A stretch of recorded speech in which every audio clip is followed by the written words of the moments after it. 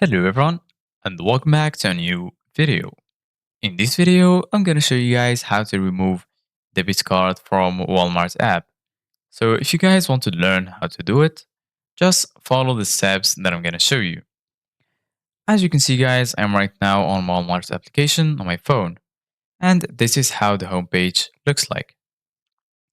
So right here in the bottom, you're going to find the sections. So right now we are in the shop section. You're going to find also my items, search, services, and account. If you click on account, from here you're going to find sign in on create account. So you need to be signed into your account in order to be able to add or remove your debit card. So if you are already signed in, you're going to find your payment method right here and you can easily remove it. You're going to also find purchase history, subscription and plans.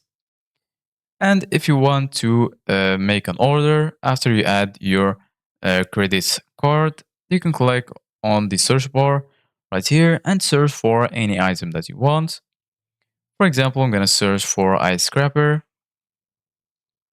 And then these are the results for my search. So for example, I'm going to choose this one, click on it. And then once you click on the product, you're going to find right here the product's name, some pictures of the product. Right here, you're going to find the price and the shipping method. In the bottom, you're going to find two options. You can buy it now or add it to the cart. If you click on add to cart, just wait for it and then it will be added to your cart. And right here in the bottom, you're going to find view cart option. Go ahead and click on it.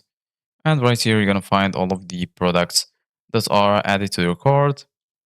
Click on checkout all items and then just sign in into your account, add your payment method, and then you can complete your checkout. Thank you guys for watching. See you guys in the next video.